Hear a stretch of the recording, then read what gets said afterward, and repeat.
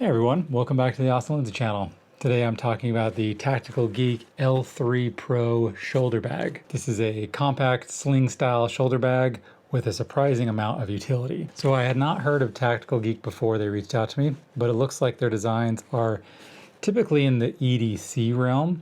While this one leans more into photography centric realm, it's still very much in their lane, which I'm a big fan of because I love EDC gadgets and gear. So a big reason I'm so stoked about this particular pack is now I have a smaller, lightweight shoulder type bag that's actually designed around protecting my photo gear, and I can just add my pre-packed MOLLE pouches to it if the situation arises, which I really like. All right, so let's talk about the exterior first.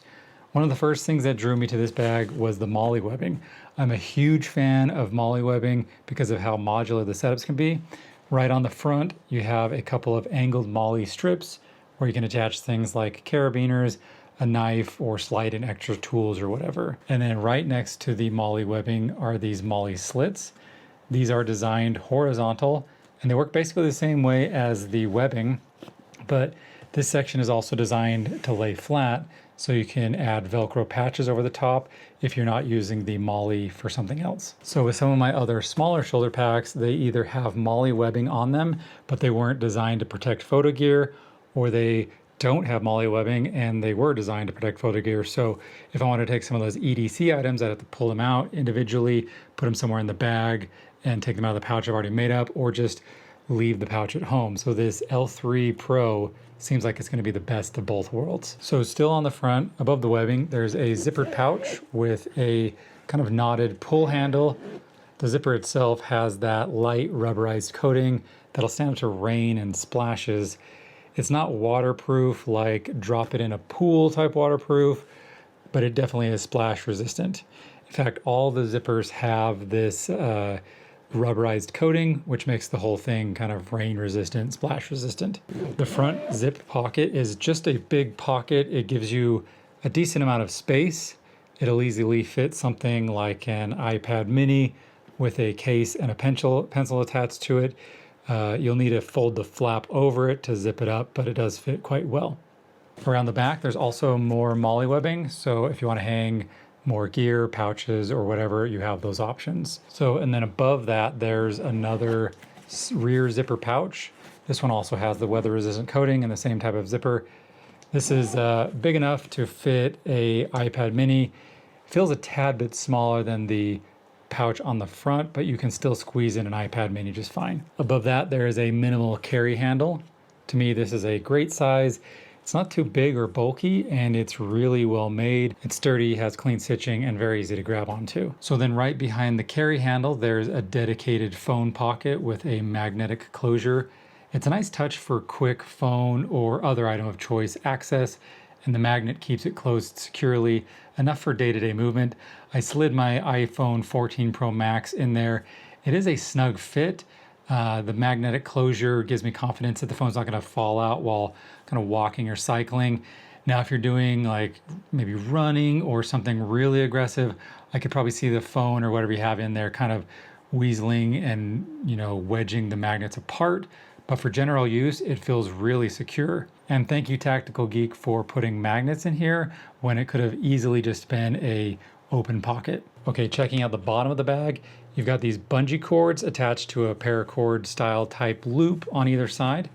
These are adjustable with a nice push button slide adjustment system. This is super handy for carrying like a tripod, maybe a tube light, or even an umbrella. So for the main compartment, this is a 7.5 liter bag, and the main compartment comes with a padded insert with folding dividers. And this divider system is what makes this better than my other MOLLE bags. What makes this more photocentric, because this is designed to work well as a camera bag. I can section off my things like lenses, my drones, filters, kind of organize them, and not have them banging around and sliding together like I would in my other bags. One wall of the interior has Velcro friendly panel, and the other side has soft mesh pouch section that's divided into 3 pockets.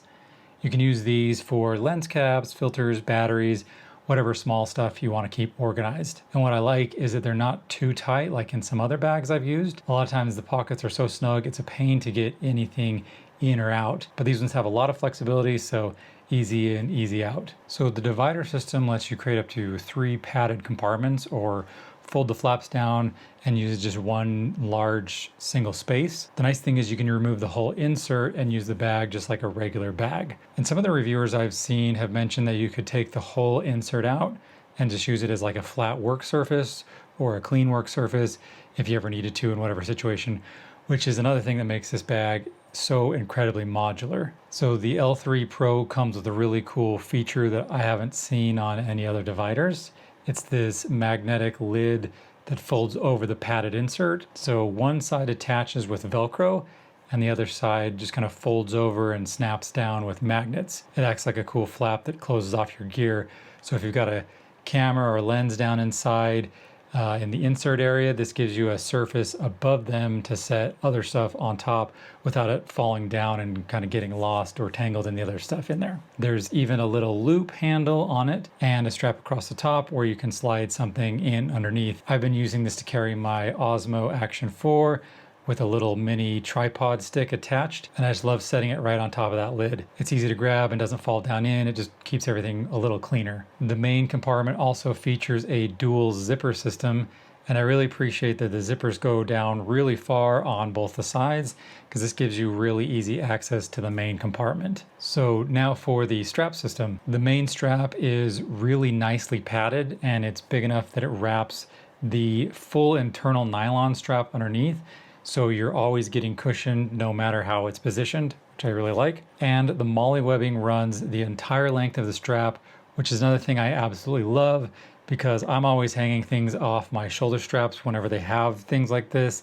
And for this bag, you've got tons of extra spots to attach little things should you need them. One thing to note to Tactical Geek though is, since this is more of a camera focused bag, I'd consider sewing the webbing a little bit further apart so you can get things like POV camera mounts or camera holders into the webbing. So there are 3 large plastic clips where the strap attaches to the bag, and I actually think there should be 4. So there are these 2 larger G6 quick release buckles on the sides of the bag, and there's one smaller G5 on the top.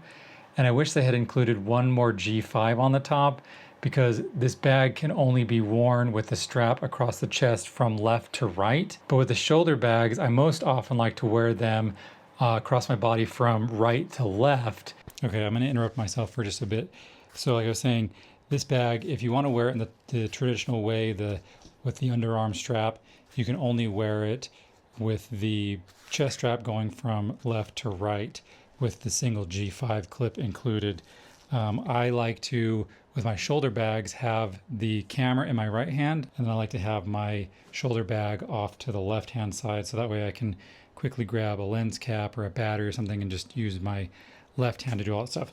So with the 3-point way of attaching this, you cannot do that on this bag. You'd have to like kind of weasel around here.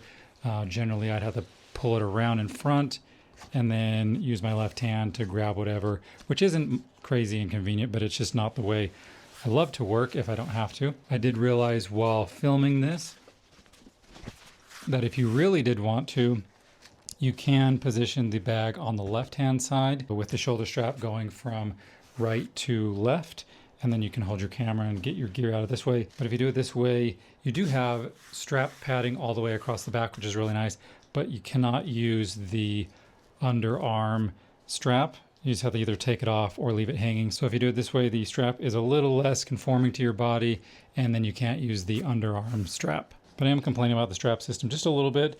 So I wanted to just kind of say, I'm pretty ambidextrous for my bag wearing, and I don't mind this too much.